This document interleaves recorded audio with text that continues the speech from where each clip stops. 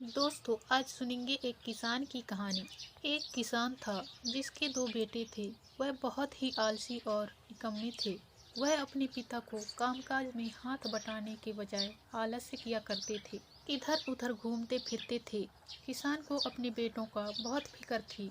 वह सोचते थे कि मेरे मरने के बाद इनका क्या होगा, यह अपना पेट कैसे भरेंगे, अपने परिवार को कैसे संभाल पाएंगे।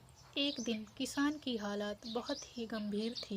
कहने का मतलब किसान मरने की हालत में था।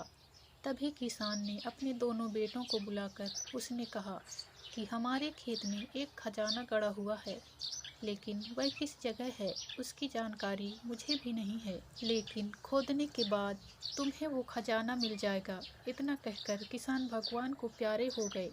खजाने की खबर सुनकर दोनों बेटों के मन में लालच आ गया और वो दोनों खेत पर चले गए और खेत को खोदने लगे। खजाने के लालच में कुछ ही दिनों में पूरे खेत को खोदने के बाद वह घर जाकर बैठ गए और वह अपने पिता को कोसने लगे।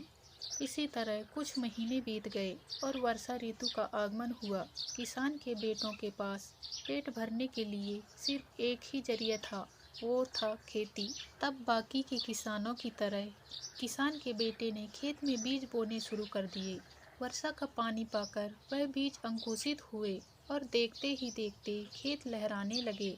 ऐसा लग रहा था कि हवा के झोंके से लहरा रहा था। यह देखकर किसान के बेटे बहुत खुश हो गए। उनको समझ आ गया कि परिश्रम ही सच्चा धन होता है और वो उसी तरह से अपने पिता के शब्दों का मोल भी समझ गए और अपने कामकाज में लग गए।